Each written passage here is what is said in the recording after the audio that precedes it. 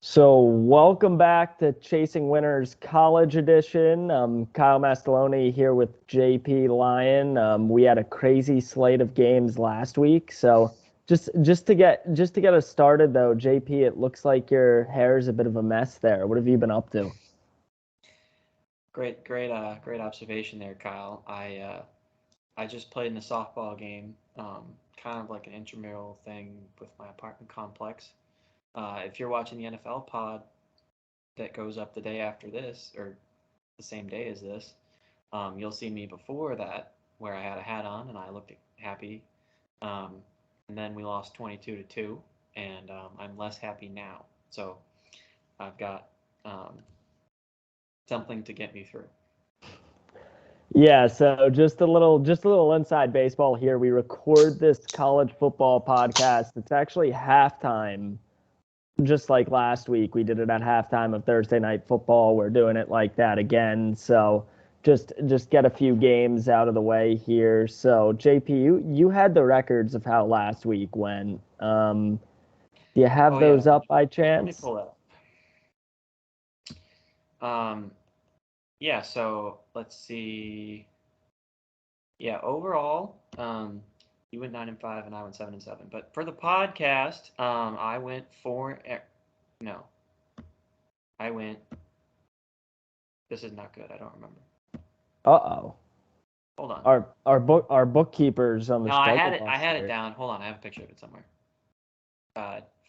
Do some filler. Stall for me. I will try to fill the best I can for you. So we have a weird slate of games this week that we'll get to shortly. Headlined probably by my Miami Hurricanes. So I'll have a nice little rant at the end there. But I went 3-2 last week on podcast picks, and Kyle went 2-3. And we also have our first non-loser of the best bets segment. My Texas Tech -3 pushed, so I am 0-1-1 in best bets, and Kyle and Ryan are both 0-2. oops. All right. So pretty much what that means, why my non-podcast rating is better. I'm winning all the games that are not the biggest ones of the week, and he's winning more of the games that actually matter. Yeah, So so on the year right now, Kyle is 22-12. Good night. He's 22-12, and I'm 15-19. So he's got him by 7 games. And as for the podcast, I've got him by 1 game. So there's an 8 game difference there between the podcast and the non-podcast games. So pretty much that means if I was good at picking the games that matter most every week, I would be unbeatable. I still have a great record nonetheless with just overall, but got to get better at these games. So Yeah, 65%, nothing to sneeze at. But it's a very different vibe from the NFL podcast right now. definitely, I'm not doing so well there. So but let's get kicked off here. We're gonna start off with a rare Friday night game on ESPN between Florida State and Louisville. Florida State still hasn't played since that game at since that win at LSU. So I guess you could call this a letdown spot, but at the same time, they've had 12 days. So I wouldn't really call it a letdown spot. Louisville coming off a bounce back game away at UCF after that horrid game against Syracuse week one. So, JP, what are your thoughts here? Yeah, I don't know how to read Louisville at all. Um, I like that they're coming home here. Um, I took them in week one and they lost outright as 5 point favorites. I bet against them when they were 6 point underdog, 5 point underdog, something like that against UCF, and they won outright. Um, so now they're underdogs, and I'm going to take Louisville. I'm going to go back to my strategy from week one of bet on Willie Cunningham because he can do things that the other quarterback can't. So I'm actually taking the opposite side of you. I hate to say it. I've been thinking about it more and more. I think Florida State may be decent this year. Not great, but good. They so yeah, supposedly Jordan Travis has just been absolutely crushing it in practice. This is me following way too much into my rivals. So so supposedly he's building some great connections with his receivers in practice and doing all that. I probably shouldn't read too much into that, but like I said before, this could be a letdown spot, could not be a letdown spot. I don't know, but all I know is Florida State seems like the better football team here, sadly. So I'm going to go Florida State minus 2.5. Yeah, Kyle, we'll get to the letdown spots because they exist. They do most certainly exist, and there is one that could come up to haunt me, but we'll get there later. Um, Next, it made our way. It made its way on our list somehow. I should have vetted it a little farther here, but we got Georgia as 24.5 point road favorites over South Carolina. Anything to add here?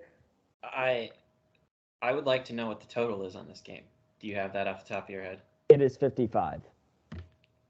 55. So that's 55 minus 25 is 30. So they're projecting Georgia to win this game something to 15. You said 55. So 40 to 15 is the projected score of this game. Yes. If I was intelligent, then I would say I think Rattler can score more than 15 points. So I should take South Carolina. But A, I'm not intelligent when it comes to this. And B, I think Georgia can score more than that. And also, this is a game where if I bet on South Carolina and Georgia wins by 50, I will feel like an idiot. Whereas if Georgia is in a close game with South Carolina, I could say, "Oh, this is interesting. This is maybe South Carolina can pull this off, and if they do, that's exciting." This is the opposite of the game last week where I bet on Alabama minus 20 for the same reason, except I can't have Texas win that game. So it's a no-win situation for me once Alabama doesn't cover. In this case, I'm okay with South Carolina winning the game, but I would like to take Georgia minus 24.5. Yeah, and something to note here, I saw that there was a few defensive injuries last week for South Carolina in that Arkansas game. So maybe an interesting thing to watch. Actually, I was going back and forth between the two here. I originally had South Carolina written down to Really? cover, but then I may be overvaluing those injuries too much, or I may be coming to my senses because Georgia's clearly the best team in the country. I mean, right now at least, I think they've let up a total of 3 points this season. I mean, one of those games was against Samford, but still 3 points on a schedule that included Oregon at a neutral site. So Yeah, it's I don't think South Carolina has a good defense. With or without those injuries, Arkansas put up 44 points on them. If Georgia hangs 65, it's not going to shock me. So no. there's no reason I can take South Carolina in this game. Yeah, so I came to my senses after originally writing down South Carolina. I'm on UGA minus 24.5 here. Um, Next, a game that might pain you a little bit to talk about. Um, 3:30 on Fox. We got number 12 BYU traveling on the road to Eugene to face the Ducks. Obviously, BYU coming off of, I don't even need to mention it with you, and Oregon coming off of dropping 70 on Eastern Washington. So so what are your thoughts? Well, Kyle, I'm gonna give you a situation here. Just a completely hypothetical game.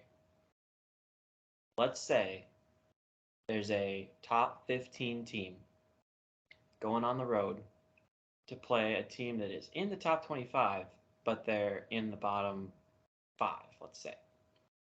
And the team that's at home is favored by somewhere between, let's say, 2.5 to 4 points. What kind of game does that sound like to you? Do any games come to mind where that is the situation? So you're just talking about Baylor versus BYU last week. It's the exact same line. And it's the exact same game to me. Now, I hope to God it doesn't go the same way, because that would be terrible to watch 2 overtimes of missed kicks. But to me, I have to go the same line, because any reasonable person takes BYU here, coming off that big win. Yes, I think it's a letdown spot, but besides that, just the similarities in this makes me take Oregon. Also, quick side note about the letdown spots. Do you remember the games that I told you were a letdown spot last week? Yes. Which games were those? Pitt, Tennessee, Mm-hmm. and Florida, Kentucky. Do you remember the 2 teams I said were due for letdowns? Florida and Pitt. Which 2 teams covered in those games? Tennessee and Kentucky. One outright. Oregon minus 3.5. I'm being a sucker again here. I believe in my guys over here. I believe in my Mormons. I'm going BYU plus 3.5 to continue their momentum here. And they actually have a schedule. We mentioned the schedule last week. They have a schedule that could potentially get them to the playoff. I think they definitely lose that Arkansas game, but if they somehow pull that off, they have to win all those games, just like I said. And the problem is they're not going to win this one, and they're not going to keep it within 4 points. Yeah, that's all being cut. Yes. Moving on. I think. I think we're good to move on games here. So we got Penn State as a 3-point road favorite against Auburn. So this is an interesting one. It's a 3:30 CBS game. I mean, Penn State beat Purdue and Ohio so far. Auburn haven't really played anybody. They barely scraped out an 8-point win over San Jose State last week. So what are you thinking? To me, as someone who was on Purdue in the Sean Clifford is an idiot and a hero game, and whoever coaches Purdue needs to be fired game, this is as simple as I don't believe that Auburn is the world's greatest team, but more so, I refuse to be on the side of Sean Clifford beating me again, so I'm taking Penn State minus 3. Yeah, we're both on the same side here. Sean Clifford did not beat me because I was on Penn State that game, but but yeah. So I think Penn State honestly is very weirdly compared to an SEC team. I think they're the more talented team here. At least at some of the skill positions, and Manny Diaz is back where he belongs as a defensive coordinator, and we'll see if that continues working out for them. So I'm riding Penn State minus 3. And then so up next we got Michigan State versus Washington. It's the ABC primetime game, 7:00. One of the weirdest lines I think either of us have ever seen. We actually had another game pinned for this spot, and then I saw that line and said we just have to talk about it. Washington are 3-point favorites at home against number 11 Michigan State. Explain to me what in the world is going on here. Kyle, I have no explanation for this. Washington is. Would you say they're in the top half of the Pac-12? Talent-wise, definitely, but they just haven't been showing it recent years. Who are they? The fourth best team in the Pac-12? Are they like this year? You think They might be. Utah and Oregon are ahead of them. USC is obviously ahead of them. I'm looking through the Pac-12 right now to find out for you. They're probably fourth or fifth best. Yeah, I would say. Again, this game makes no sense. As soon as you saw this line, you said, "Oh, we have to talk about this." Yeah. So, since it makes no sense, this is the week of me saying, I'm really tired of being on the wrong side of Vegas. So, when this happens, I'm going to take the line that makes no sense. And now, as Patrick Mahomes just threw an interception, I'm going to take Washington -3, and I might not even watch this game. Because it might be the grossest game I've seen in years. But I have to take Washington -3. I can't not do it. And I'm just here thinking the other way. You're thinking the complete right way from a betting perspective. By the way, I just can't do it. Well, and it's another like, if Michigan State beats them by 30, am I going to be surprised? No. So then why the hell am I taking Washington -3? Jesus Christ. Yeah, Patrick Mahomes definitely just threw an interception, and I might be a little behind you in that game. That means, but yeah, I can't make sense of this, so I just have to go with my brain and say Michigan State +3. It's one of the oddest lines I've ever seen, but we'll see what happens Saturday night either way. I'll be somewhere else at a game that we're talking about shortly, but we'll see what happens Saturday. I would like to see. I'm going to try and look up the AP poll and see if Washington has even received any votes. I don't think they have. Now, I didn't look at the AP poll very closely last week because I wasn't very happy with it. Oh my God. They haven't received a vote. They're not receiving votes. Washington State received votes because they beat Wisconsin. That'll do it. Well, yeah, and then Wisconsin's still not even ranked, but that. Oh my God. This is just gross.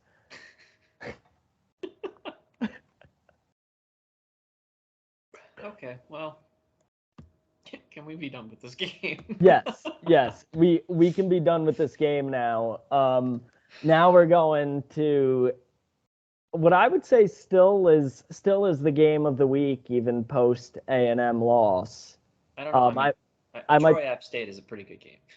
Oh, Troy App State is great. Clearly, that's more important for game day to go to. But we got 9 o'clock Eastern, ESPN, number 13 Miami, traveling to number 24 Texas A&M. JP, you give your quick pick, and then I'm going in. I really don't want Texas A&M to win this game. They've had the world's worst week on Twitter. They've had just an absolute terrible week in every count. On the field, off the field, a lot of off the field. Texas A&M does not deserve to win this game, and they are 5-point favorites. It's not even a letdown spot, it's a bounce back spot. Texas A&M is going to win this game, and they're going to cover 5. That pains me. But before I get into all my stuff, you mentioned the Twitter debacle that was Texas A&M this week. So we had the yell stuff before App State, and I do like all the people that are like, oh, you guys are just finding out about this because it happens like every couple years or so, where people find out again about the Yell leaders and the Midnight Yell and everything. But the other stuff that started coming out with their old traditions and how they used to do things is just, man, that is as far as cults go, and I lived in Waco, so I got to know a cult. Um, they there's a cult in College Station, and then we just play it against the cult in Provo. But the College Station cult is really something. So I hope you're maybe, okay down there.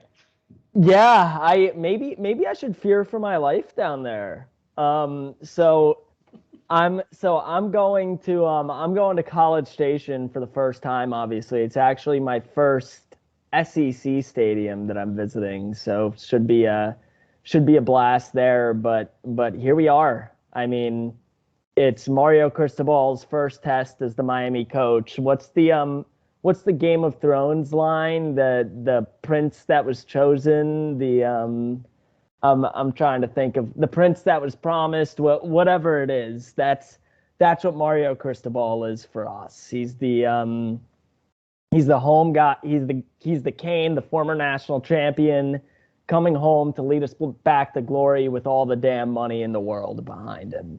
All of a sudden, Miami has money. We never spent on football. We didn't spend a dime. Mario Cristobal comes in. We're now spending like millions on NIL deals, new facilities. Everything's looking up at Miami, and actually, weirdly, I felt a lot more confident about this game before Texas A&M lost last Of week. course. I thought we were gonna. They didn't really look great week one either until in the first half, at least, until they took over in the second. I thought we were gonna come in there, not beat the brakes out of them, but win by like 7 to 10 points. But now we got to deal with a fired up Texas A&M. Without our best receiver and Xavier Restrepo, he's out for the game that was just announced today. So we're going to be relying on a run attack, which by the way did work quite well for App State last week. So that's To the tune of 17 points. yeah, to the tune of 17 points. But Texas A&M doesn't have an offense. They're anemic. Jimbo Fisher essentially runs an offense from his 2014 national championship team that he hasn't adjusted at all. And he doesn't have Jameis Winston. Yeah, exactly. So yeah, I think that's an advantage for us. Not necessarily obviously losing our top receiver, but Texas A&M not having an offense. And we also have one of the best quarterbacks in the country in TVD. I mean, his stats aren't really showing it yet this year, but if you go back and watch last season, he was absolutely unreal with a terrible coaching staff behind him. So hopefully he could get going a bit this year. I obviously am on Canes plus 5.5. I can't not do it. It's our biggest game probably since the 2017 Orange Bowl. So actually, that was just a normal bowl game. That wasn't a playoff game. So throw it back even farther. It's the biggest game since the 2017 ACC championship that we got absolutely demolished in. So yeah, I'm very nervous about this game. Very, very incredibly nervous. Just like you were last week. I really appreciate that we have 2 weeks in a row where the last game we talk about, the last real big game of the day, I know USC plays later, but is one of our teams as underdogs, and we have to talk ourselves into the pick because god damn it, does it not feel like the right pick? No. I just want to tell you something, okay? I don't know who wrote this, but this is the paragraph that I saw on Twitter. Aggies quarterback Haynes King was 13 of 20 for 97 yards in the loss to App State. He was under pressure on only 3 of his 24 dropbacks and not blitzed once, according to PFF. What? King was 0 for 2 on deep balls 20 yards plus and 1 for 4 on medium passes 10 to 19 yards. Dude. Hold on. King ran for 4 times for 27 yards and fumbled twice. Now I want you to ingest that paragraph. Oh and my. Then the Mahomes touchdown. Yeah. And then I would also like to tell you, now Texas A&M, as of right now when we're recording, is a 6-point favorite. Number one, please send me those stats because that's hilarious and I need to share that. But number two, how? Why? The line has moved. Why though? They're bigger favorites. Now we're not editing it because when I did it this morning, I already made the graphics, so we can suck it. You get Miami +5, but damn it. It's not going to matter when they lose by 2 scores. We're not going to lose by 2 scores. We're not. This team, A&M sucks. I know. Their offense is so Kyle, why are they 5-point favorites? If we lose by 2 scores, I don't know what I'm going to do. I may just cry. But so hold on. You'll be at the stadium. That's a little different. Are you driving back to Austin that night or staying in College Station? No, if I drove back to Austin that night, I would get in. You'd be on the wrong side of the highway. Yeah. Yeah, I will say, last weekend, the game ended at 1:30 here. I had coffee at halftime, and so I finished my last drink. I think it was on the drive BYU scored in the second overtime. So the game ends. I shut off my laptop. I get up. I start pacing around my room a little bit, trying to figure out what am I gonna do, because I'm not sleeping. There's no chance of me sleeping that night. And then I said, oh, I have some dishes in my sink, so I went and did dishes at 2 a.m. Jesus. I put my AirPods in. I played some country music. I'm just sitting there doing dishes at 2 a.m. I won't be doing that, but I'll have to find something to I definitely can't go to a bar over there. No. What you should do is you should buy your booze before the game. Make sure it's at the place and stocked in case of whatever happens. Yes. Because honestly, win or lose. Yeah, I mean, if you win, then you can probably go out to a bar. You just might get murdered. Yes. If you lose and you go out to a bar, you'll get mocked into tears. But if you win, you probably will get murdered. But if you drink at your place, whatever you don't drink, if you just drive it a little north and you fly out of DFW instead, I'll take it.